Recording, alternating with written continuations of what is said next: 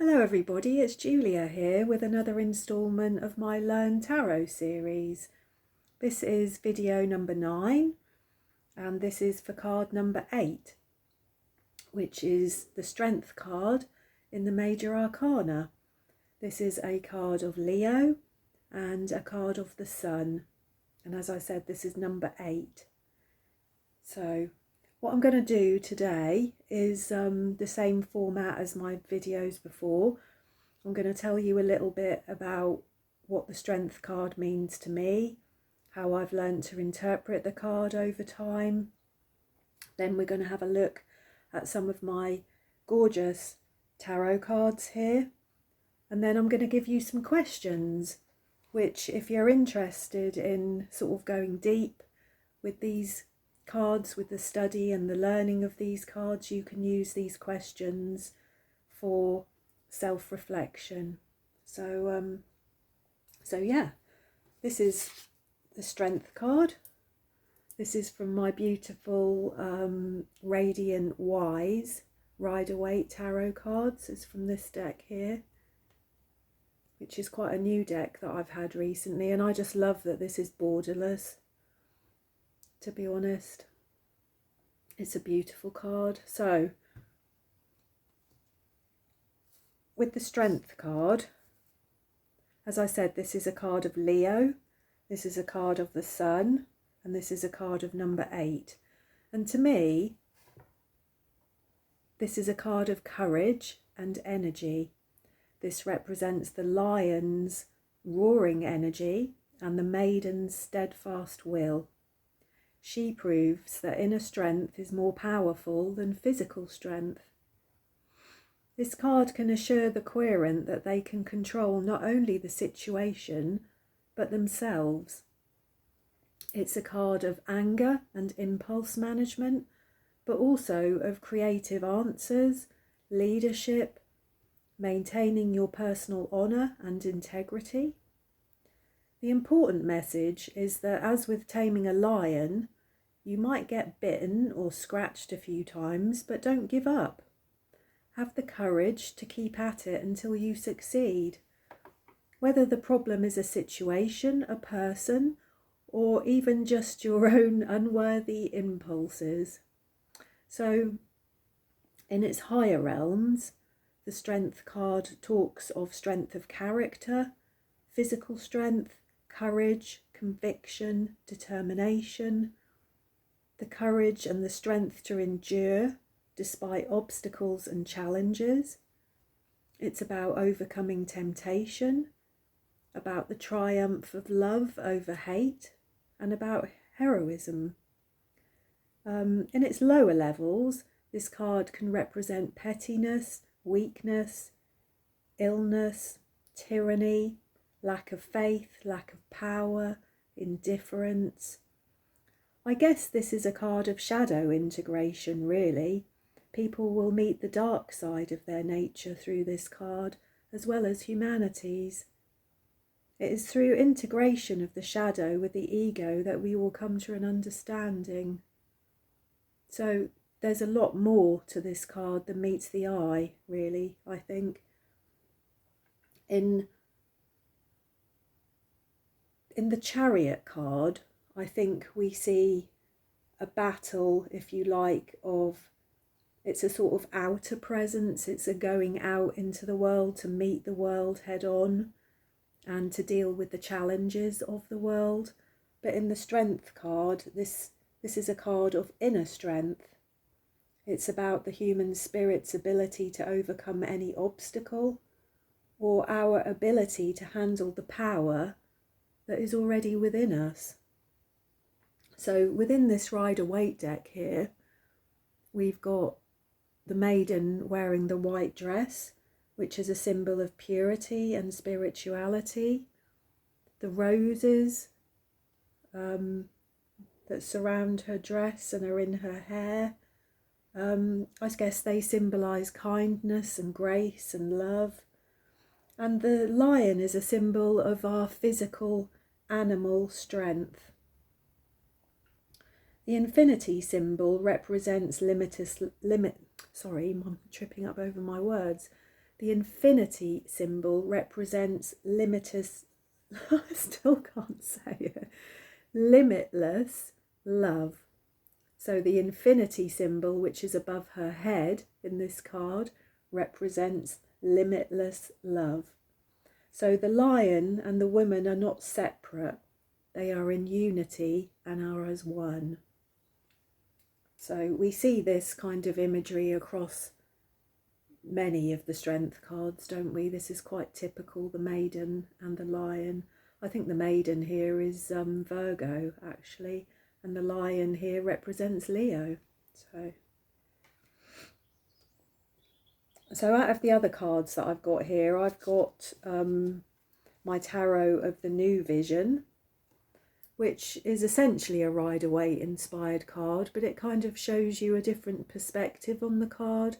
This is looking at the card to see what the person in the card is looking at. So we're looking at the view from behind. And to be honest, I don't really know who this is. I had a quick little look on Google earlier, but I can't work out who it is. There's a sort of man there with a club. There's a dragon also in the sky, and I wondered if this represented George and the dragon.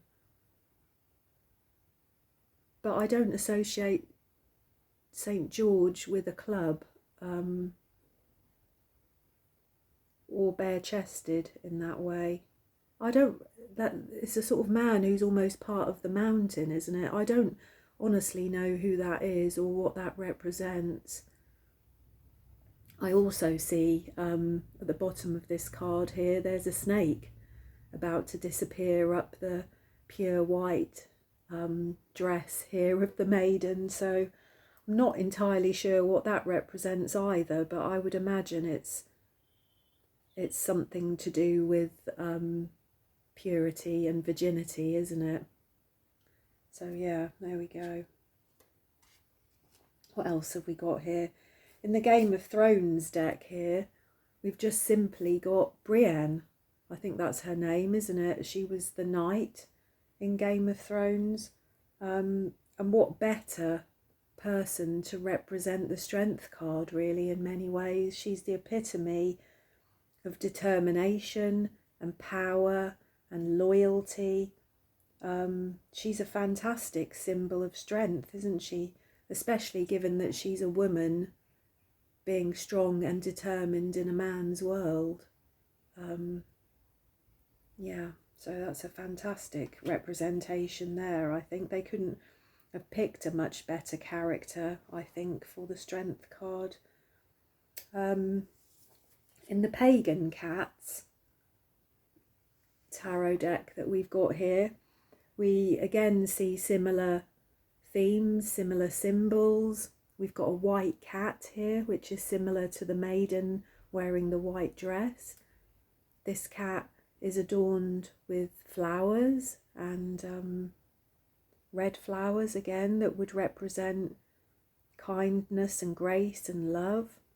The cat has the infinity symbol above its head.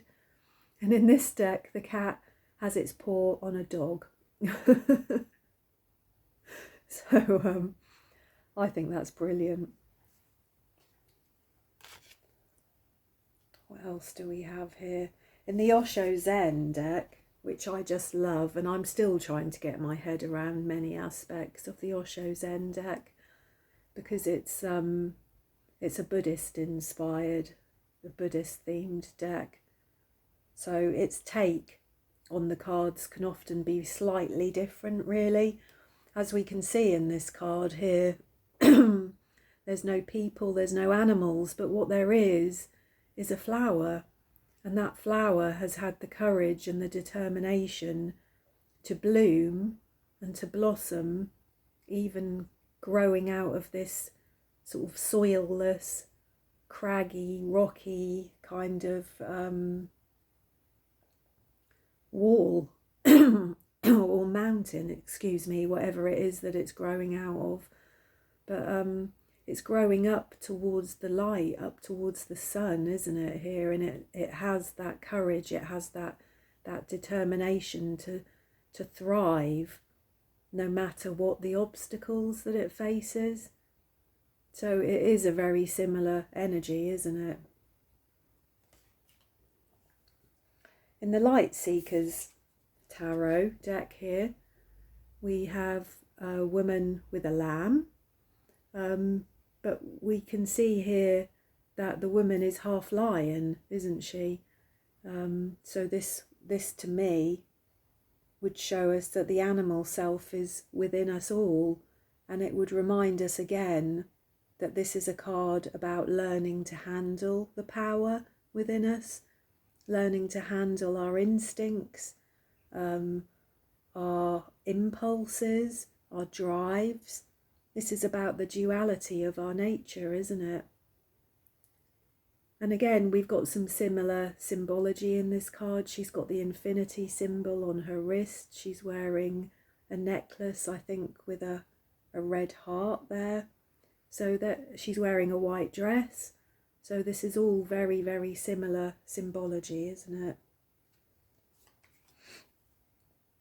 In the Strength card here of the Zombie Tarot deck, which is one of my newer decks, here we see bullets, and I would assume a zombie, I guess. And to me, I haven't looked this up in the book, in the zombie guidebook, but to me this just talks really about having the conviction to do the right thing, having the courage to do the right thing, even in your worst moments, of having the courage to do the right thing. And I guess in this card it would be to shoot the zombies, wouldn't it? So it's about having to dig deep and find your courage when you need it in your darkest moments.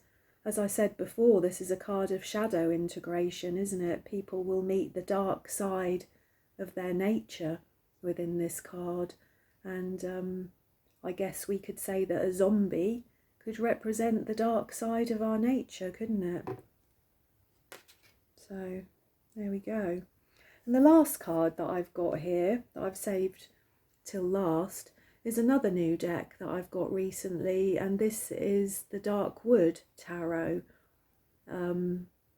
This is a deck that's specifically inspired for shadow work in many ways, and I thought that it would be nice to have a little read from the book about this card, because I'm still learning this deck, to be honest. The book is on my bed at night, and I often have a little read before I go to sleep, and I've started to use this deck in my own private practice in the morning. So I get up and I draw a card from this deck which I reflect upon during the day. I think it's a fantastic deck for self-reflection, actually. So yeah, I thought we would have a little read from the book and see what Sasha Graham, the lady who wrote this book and designed this deck, wants us to think about when we look at this card. So I'm going to read, I might read all of it, there's quite a bit here, but we'll see. So what should we read? Strength, excuse me, strength simmers with constant power to illuminate everything. It is causality itself. Strength is the inner reserves of power that are wielded in profound gestures. It is intellectual, physical, and emotional fortitude. It is exuding the tenacity of character and personal responsibility and inner confidence, no matter what the external circumstances. See, she's just written that so beautifully, hasn't she? It's about doing the right thing, isn't it? Having the courage in your convictions to do the right thing, no matter what the circumstances. So in this card, a yogi sits in a yogic position and gazes at the nature of her inner strength, as exemplified by the Kundalini snake appearing before her. Yoga is the alignment and movement of the physical body in the material world. And yoga poses are like tarot archetypes. They kindle inner and outer strength and spiritual prowess.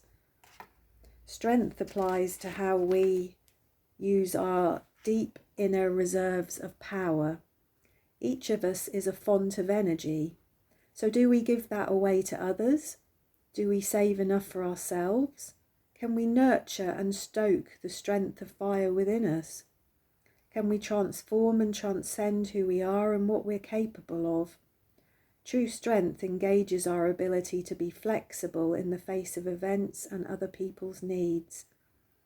It gives us the power to react out of who we are rather than reacting out of given situation. Strength determines how we approach each day, challenge and blessing. Her upper chakras, the energetic centers of the body, are awakened, active and pulsating with power. Her crown chakra, located above her head, is the energetic point connecting her to the universe at large. It is portrayed as a flower budding through a concrete stone wall. I didn't see that. I've been looking at this card quite a bit, at the various symbology in it, and I didn't see the flower. And that's just made me think about the Osho Zen flower that has managed to bloom and blossom out of the stone wall there. What have we got here? Softness pushes through a seemingly impenetrable stone barrier. Her third eye chakra, located between the brows, sparkles with bindi jewellery, marking the strength of her intuition. Her throat chakra, the place of strong communication, is marked with a jewel. A gem rests upon her heart chakra, where she allows her broken heart to mend, thus becoming even more pliable. The solar plexus, located on the belly, is marked with her moon belt. It glows with power and self-esteem. The snake is her own creation. Her radiant energy will do her bidding exactly as she directs it.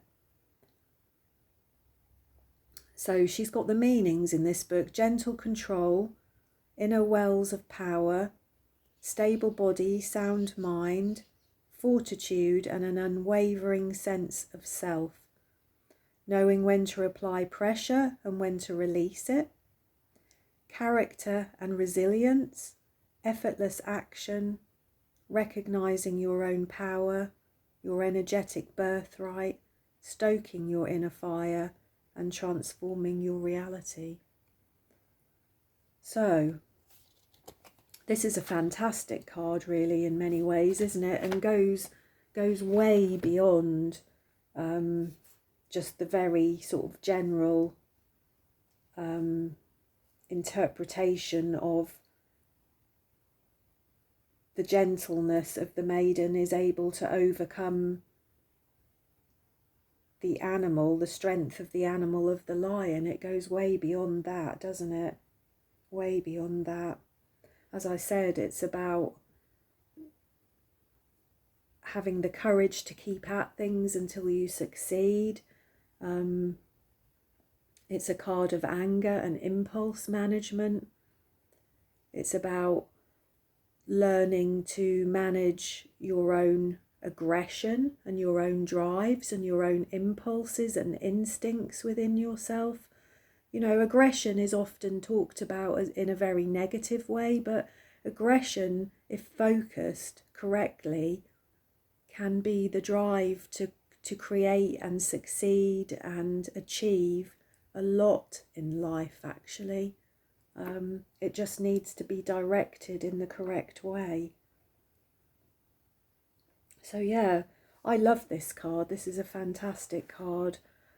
So I wrote down a few questions as I was sort of looking at these cards and thinking about what they mean to me and how I would use these cards to self-reflect. And some of the questions that I wrote down are: where in your life are you being called upon to show courage and perseverance? What is the natural or instinctive thing to do in this situation? What inner passion needs to be expressed? What do you desire to create? And what inner power do you have that gives you strength? So where in your life are you being called upon to show courage and perseverance? What is the natural or instinctive thing to do in any given situation? What inner passion needs to be expressed? What do you desire to create? And what inner power gives you strength? And I think what inner power gives you strength is a very pertinent and it's a brilliant question, isn't it? Because that can be different things for all of us. And it can be all kinds of things, to be honest. When I think about myself and what gives me strength, I think often for me it's my curiosity in life, it's my search for answers.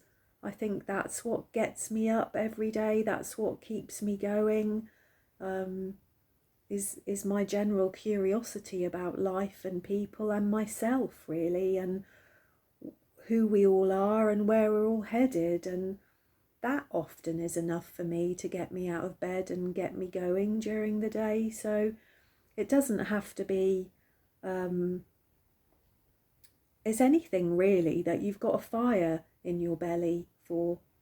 Anything that you've got a fire in your belly that gives you energy and courage and determination, that inner strength that will end up being much, much more powerful than any kind of physical strength. So yeah, there we go. I hope that you enjoyed that, and I hope that that's given you some things to think about, some ideas to reflect upon. And I think it's also nice to have a look at a few different decks here, isn't it? And how each of the cards, the imagery and the symbology on the cards, tells a slightly different story. So there we go.